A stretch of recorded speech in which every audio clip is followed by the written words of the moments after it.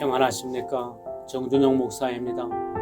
오늘의 말씀은 민수기 3장 1절에서 13절까지입니다. 레위 자손은 이스라엘의 다른 지파의 첫 아들을 대신하여 하나님께 바쳐진 지파로서 제사장인 아론과 그 아들들을 섬기기 위하여 선택을 받아 성막을 위하여 일하는 지파가 되었습니다.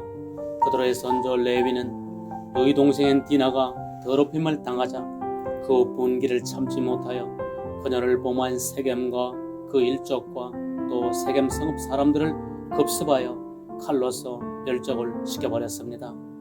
이해는 가는 일이지만 그것은 의로운 것이 아니라 참으로 잔인한 것이었습니다. 창세기 49장 5절 6절에 그 아비인 야곱이 임종시에 이것을 지적하기를 시므온과 레위는 형제요 그들의 칼은 잔해하는 기계로다.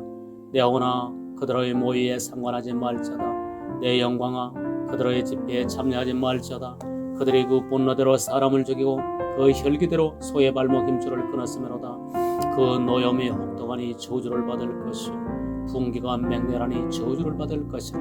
내가 그들을 야곱 중에서 나누며 이스라엘 중에서 흩으리로다 라고 하신 말씀대로 그 분노와 혈기의 행위는 저주를 받은 바 되었던 것입니다.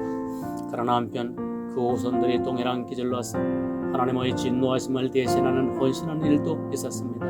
이스라엘이 출애굽하여 시내 산에서 금송아지를 만든 일로 하나님의 진노하심이 극히 크셔질 때의 사건이었습니다. 출애굽기 32장 26절에서 29절을 보겠습니다. 이에 모세가 진문에 서서 가로되 누구든지 여호와의 편에 있는 자는 내게로 나오라 하며 레위 자손이 다 모여 그에게로 오는지라.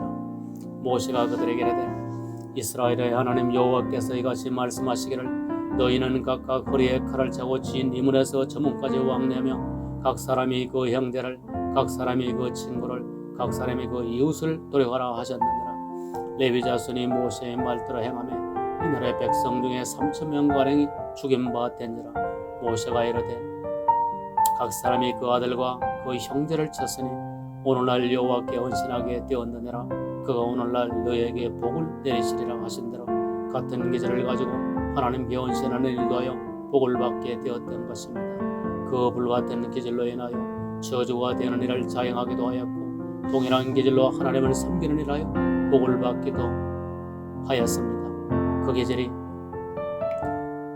외인이 가까이 하면 죽게 될 성막을 지키는 철저한 거룩한 일인 하나님의 성막을 위한 일에 사용되니 타지파가 거의 따르지 못할 만큼 적합한 것이었습니다. 반면에 그들의 성령을 떠나 일반 일을 하게 될 시 그 기질은 잔인한 일을 자행하기에 십상이라는 것입니다. 그러므로 레위 지파가 성막을 위한 일은 하나님의 지극하신 배려의 은혜라는 것입니다.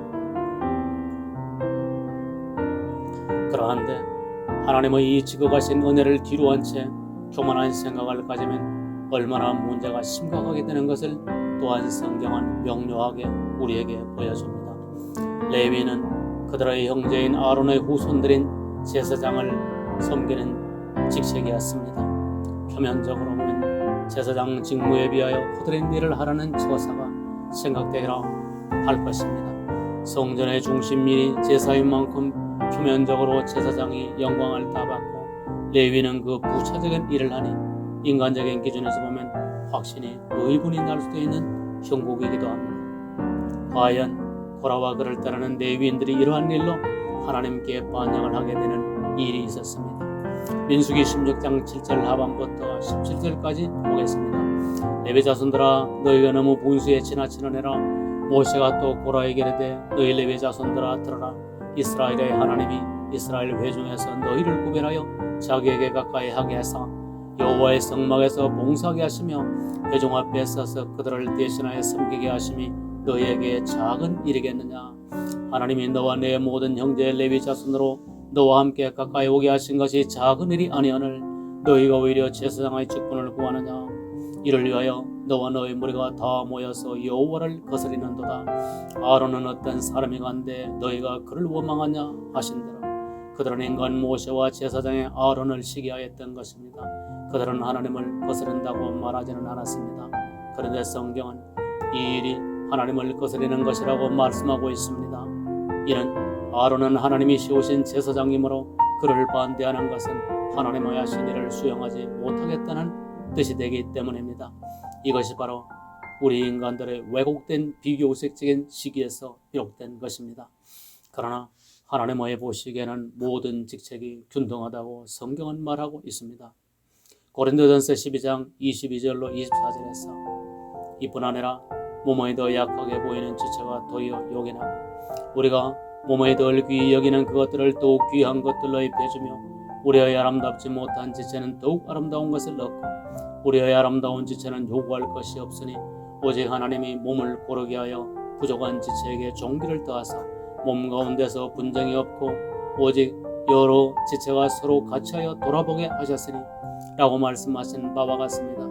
우리가 이 진리를 알고 인간의 눈으로 비교할 것이 아니라 하나님 앞에서 산다면 칭찬 복이 될 것입니다.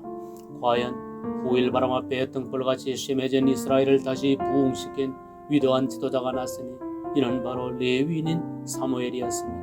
또한 이 레위 지파의 사사보의 자손, 헤마나의 자손, 여두둔의 자손에서와 같이 찬양이라는 또 다른 영광의 직무가 그들에게 주어졌고 선지자로서의 직무가 더하여졌으며 그들의 지은 시편은 망고의 진리의 말씀으로 자리매김을 하는 영광을 하나님께로부터 허하심을 받았습니다.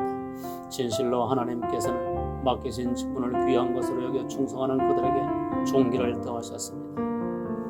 우리가 교회 생활과 이 땅에서의 삶에서 다른 사람들과의 비교의식은 우리를 하나님을 섬긴다는 본질을 떠나게 하며 눈이 멀게 되어 어리석은 언동을 하게 된다는 것입니다.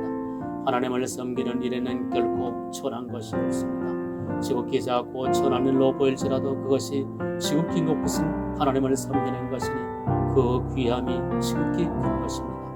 요한복음 12장 26절에서 주 예수님께서 친히 말씀하십니다. 사람이 나를 섬기면 내 아버지께서 그를 귀히 여기시리라고 하셨습니다. 우리가 받은 바 직분과 봉사의 일은 주님께로부터 받은 것입니다. 하여 우리는 표면적으로 때로는 낮고 천한 것처럼 보이는 사람을 섬기는 것이지만 실로 그 이면은 지극히 높으신 영광의 주님을 섬기는 것입니다. 그러면 확실한 것은 하나님 아버지께서 그를 귀히 여기시겠다는 것입니다. 기도드리시겠습니다.